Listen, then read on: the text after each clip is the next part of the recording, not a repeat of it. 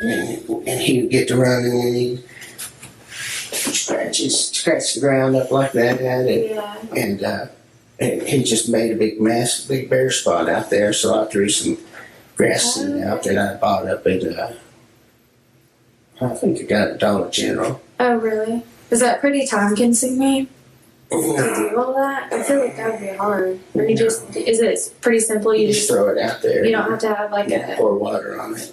Well, if you do it right, it might be, but I just threw it there. I didn't know if you had to have like a, one of those machines that you lay it out for you. You know what I'm talking about? Yeah, a spreader. Yeah, something like that. Yeah. And have to. Well, you can. Oh, okay. But not necessarily. I just open the bag and threw it out there. How many chickens you got? Oh, let's see. I think I've got 4 hens and 3 roosters. Oh, wow. Okay. I bet those could be big. Yeah, I've had a lot of well, not really. I mean, I've been keeping them out too because they get out there and the coyotes and raccoons and things have been getting them. Yeah. And I'm thinking maybe a fox or 2 had slipped up there because somebody said they'd seen some foxes out there. Yeah. And then all those big hawks, chicken hawks, I guess, come down and get them, and hoot owls. Oh, I've heard of that. I've never seen it happen. You ever heard what they do? Don't they just like fly down and growl and keep going? No, well, the owls, the hawks, they will, but the owls, they get up it's the middle of the night, right? Yeah. And if they're in a tree, which most of mine that have disappeared were in a tree, instead of getting in their little roost I have in there for them, and they, so they're sitting up there, like this is the branch, hanging onto the tree, and, or tree limb when they're asleep or whatever. But I'll get up there next to them, and you get right up on them, and they scoot over. I mean, that's stupid, okay? No, but then they're sitting there sleeping, and they just keep getting up next to them until they scoot off the end of that branch and they hit the ground and it bounces on top of them. And what? I know. Have you seen it happen? Well, my grandpa. All right, Chase, what do you got? So she's doing a terrific job. So remember that when somebody's giving something up that they did not plan on revealing, there's that automatic reaction that's going to take place. There's fear and vulnerability associated with this. Even though he's just talking about chickens and dogs and all that stuff, he didn't plan on revealing it, and he is, which means there's fear. So it's important here as an interviewer, you want to act in a way that ensures the person is both hearing and seeing a lack of judgment. That's a big deal. And most times the interviewer can share something similar. This clip is a little different, though. If you're seeing somebody reveal something that they take pride in, so like feeding these chickens and all that, and that information is something they didn't plan on sharing, chances are that the most effective action that you can take is being fascinated with the topic and admitting to knowing nothing about it, which Greg is referred to as naivete here. And she does a great job doing this and might have benefited from a very brief use of profanity here. And just to kind of exit that norm. So like saying holy S word in response to this story about the chicken owl hawk thing, whatever that was. This surprise covers all the bases and makes her vulnerable as well because she's stepping outside of this professional lane that she's supposed to be staying in. So she's stepping outside of her perceived limits as well, which makes everything okay. So that's all I got on that one. Mark, what do you got? Yeah, so I love this, again, because what we're being shown here is her ability to do mirroring, and everybody out there, especially if you're a subscriber, will understand what we mean by mirroring, and it's not copying the exact movements of somebody else.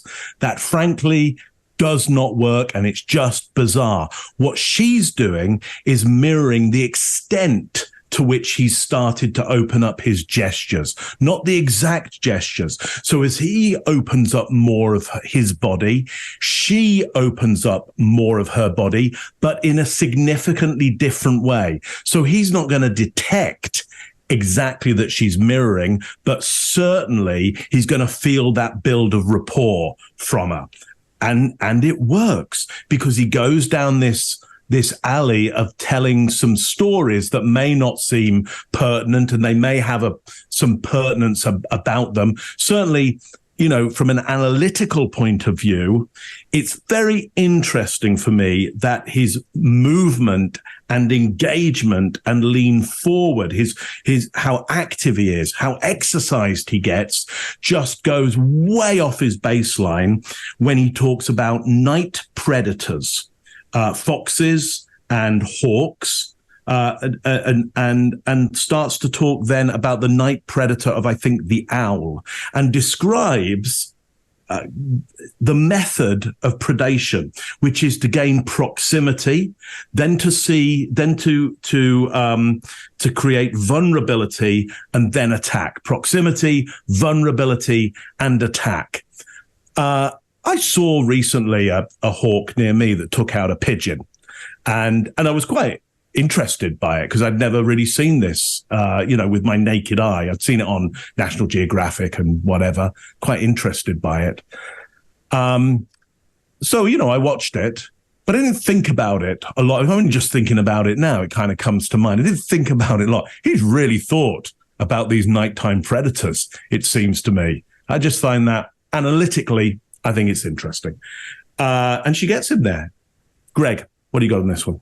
Yeah, and the bird he's talking about is a screech owl. It's the size of this coffee cup, tiny, so it can't tear this thing. And the other thing is birds' feet lock, So what they do, and I find there's some irony in this, is they sit down next to you, create kind of some proximity or rapport, and then they nudge until you fall off the limb. And I find it ironic that he can't see the analogy to what she's doing to him, because it is a beautiful analogy. She just sat down next to him, and she's going to slide up next to him and continually push him. And it's a beautiful analogy. The one thing that is pertinent in this entire thing, when he starts telling the story, is we get a beautiful baseline for what he normally does. Scott always says, I can't talk without using my hands. He's probably right. And this guy doesn't normally. The most complex thing to do when you're learning to resist interrogation is to get so comfortable that the mask doesn't move. Meaning, I have to pretend to be someone I'm not when I'm trying to resist an interrogation. I have to pretend that I'm helping, even though I'm not helping. And what we see him do when he's trying to help is that front of the mouth talking. Scott, you brought it up in the very first video. He's talking like this, kind of pushing everything out to the front. He's not talking in the back. And we hear that change when he starts talking about this bird. Now let's talk about her naivete, because what every person who is we built the whole SEER course based on a lot of Vietnam and Korea experiences. And what people told us was everything an interrogator did was a trick, ruse, or a ploy. That was their words, not ours. So they recognized that that was the thing. And once we get your baseline, you're on a glue board, and then you can't get away. We just keep pulling on you and tethering you in. And one of the best ways to do that is naivete. Naivete is actually an elicitation technique. We say interrogation has 14 approaches. They're all pretty confrontational and attacking your ego so that your psyche is feeling the pressure and you get it locked in. But we also use elicitation. That means I'm trying to, without asking, get information. She does a beautiful job of this whole thing around naivete, meaning I'm young, I don't know, you have to teach me. And when she does that, the natural teacher in this guy comes out, so we know that's who he is. And then he should do that every time you ask him a question, and he doesn't. So we got a baseline.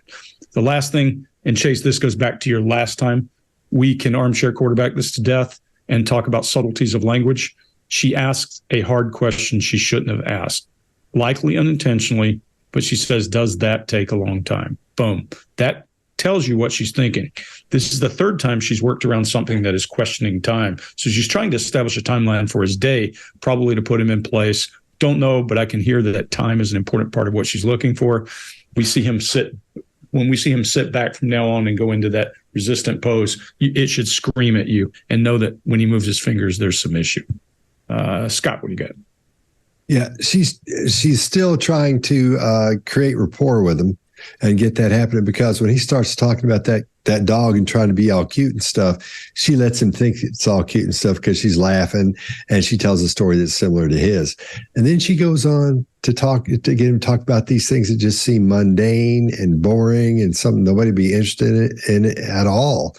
But she's getting that timeline for the day. She's got a little basket, and every time he says something, she puts it in the basket. Every little thing he says, she puts in a little basket, and then she's going to go back through. She's going to arrange everything the way it should go, and she'll know what his timeline was and where that time is open, where this crime happened. That's what she's going to want to talk about. That's what she's working toward. In other words, she's closing in on him. And if you didn't know this was an interrogation, if you were just listening to it and turned it on when she starts talking to him, you'd think it's two people talking in the kitchen or something, or out on the porch. It's just sitting there talking, no big deal. Just nothing's happening, but she's using this tactic, this approach to zero in on him and close in on him, and I think she's doing a great job of it. And he would get to running, and he scratch the ground up like that, and he just made a big mess, big bare spot out there. So I threw some grass out that I bought up at. I think it got at Dollar General. Oh, really? Is that pretty time consuming to do all that? I feel like that would be hard. Or is it pretty simple? You just throw it out there. You don't have to have like pour water on it. Well, if you do it right, it might be, but I just threw it there. I didn't know if you had to have like one of those machines that you lay it out for you. You know what I'm talking about? Yeah, a spreader. Yeah, something like that. Yeah. And have to. Well, you can. Okay. But not necessarily. I just open the bag and threw it out there. How many chickens you got? Oh, let's see. I think I've got 4 hens and 3 roosters. Oh, wow. I bet those could be big. Yeah, I've had a lot of well, not really. I mean, I've been keeping them out too because they get out there and the coyotes and raccoons and things have been getting them. Yeah. And I'm thinking maybe a fox or 2 had slipped up there because somebody said they'd seen some foxes out there. Yeah. And then all those big hawks, chicken hawks, I guess, come down and get them, and hoot owls. Oh, I've heard of that. I've never seen it happen. You ever heard what they do? Don't they just like fly down and growl and keep going? No, well, the owls, the hawks, they will, but the owls, they get up it's the middle of the night, right? Yeah. And if they're in a tree, which most of mine that have disappeared were in a tree, instead of getting in their little roost I have in there for them, and they, so they're sitting up there, like this is the branch, hanging onto the tree, and, or tree limb when they're sleeping or whatever. But I'll get up there next to them, and you get right up on them, and they scoot over. I mean, that's stupid, okay? No, but then they're sitting there sleeping, and they just keep getting up next to them until they scoot off the end of that branch and they hit the ground and it bounces on top of them. And what? I know. Have you seen it happen? Well, my grandpa. If you like this video, get the full body language breakdown and analysis on our main channel by clicking this video right here.